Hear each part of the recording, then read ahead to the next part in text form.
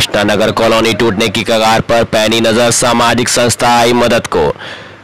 बरेली पैनी नजर सामाजिक संस्था की अध्यक्ष सुनीता गंगवार ने एसडीएम सदर बरेली को दिया लिखित पत्र। कस्बा रिठौरा में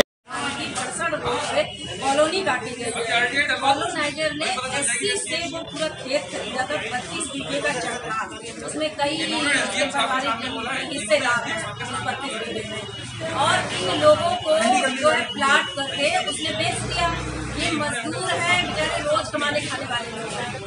एडवोकेट सुनीता गंगवार।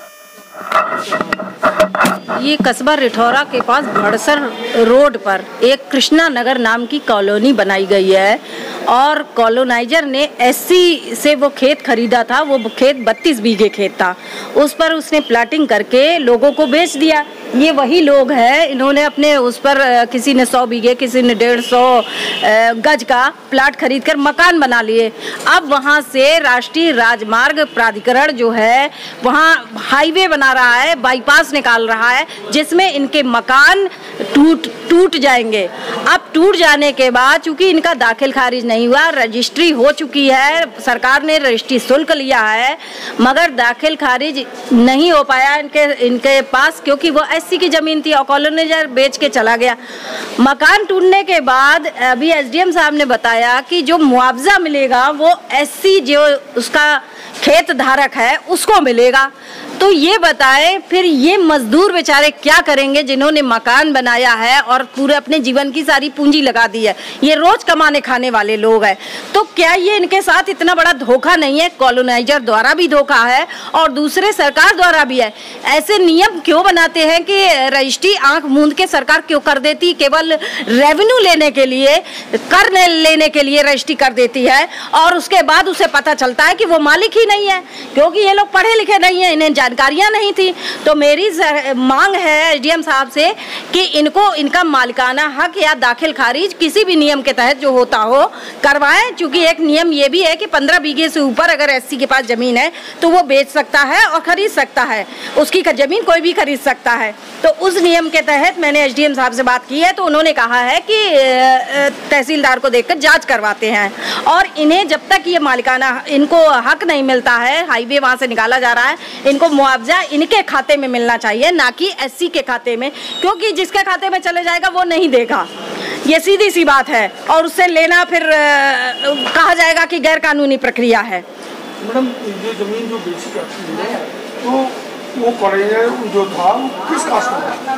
वो गंगवार है, वो गंगवार है और वो एससी नहीं है। ये एसडीएम साहब ने भी पूछा था क्या वो एससी है, तो इन्होंने बताया कि एससी नहीं है। आप बता रहे 15 बीघे से ऊपर का प्लाट अगर है तो सरकार के नियम है कि वो बेच खरीद के नियम है एससी के भी, क्योंकि कम खेती क्यों नहीं करवाया?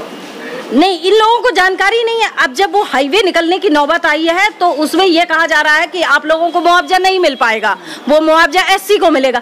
तब ये लोग परेशान हो रहे हैं और इधर उधर दौड़ रहे हैं, कभी वकीलों के पास, तो इन्होंने फिर मेरे पास भी संस्था के पास आए, संस्था ने इस आवाज को उठाया है, और आगे भी जब तक इन लोगों को ये मुआवजा इनके खाते में नहीं जाता है, संस्था तब तक इनकी लड़ाई लड़ेगी। पैनी नजर सामाजिक संस्था इनके साथ खड़ी है और ये लड़ाई इनके अधिकारों की जरूर लड़ेगी।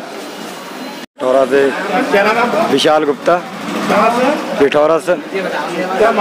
मामला सर ये, मैंने कृष्णा नगर कॉलोनी में प्लाट लिए थे 100 गज के, मतलब 2 प्लाट। राम बाबू नाम था उसका, जिससे लिए थे मैंने, खेत वाले से लिए थे मैंने डायरेक्ट। तो वो मतलब जा रही है मतलब जगह, तो उसका हम चाहते हैं जो बैनामा हमने कराया था रजिस्ट्री तौर पे, तो उसका मुआवजा हमें मिले। मगर सरकार जो अभी बात हुई थी डीएम साहब से, उनका कहने का मतलब है जो एससी वालों की ज़मीन थी जिसके नाम खतौनी है उसी को वो मुआवजा मिलेगा। तो हमारा बस यही दरख्वास्त है सरकार से कि मतलब जो भी मुआवजा आए वहाँ प्लाट होगा या जिसकी भी जो भी जगह है वो उसके खाते में जाए जिसके नाम रजिस्ट्री है। हमारा नाम कालीचरण है। कहाँ रहते हैं? कस्बा रिठौरा रहते हैं।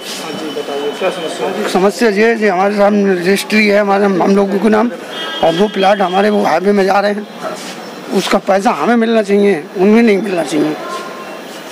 और हाँ 2 साल हो गई। 2 साल। हम सपनों को साकार करते हैं, देते हैं पंख, आपके हौसलों को दिखाते हैं राह। उज्जवल भविष्य की। हम रखते हैं अरमानों की नींव शिक्षा की, ख्वाबों को हकीकत बनाने की, राष्ट्रीय चरित्र निर्माण की एकमात्र राह स्वामी विवेकानंद सुभारती विश्वविद्यालय, जहां शिक्षा एक जुनून है, एजुकेशन इज अ पैशन।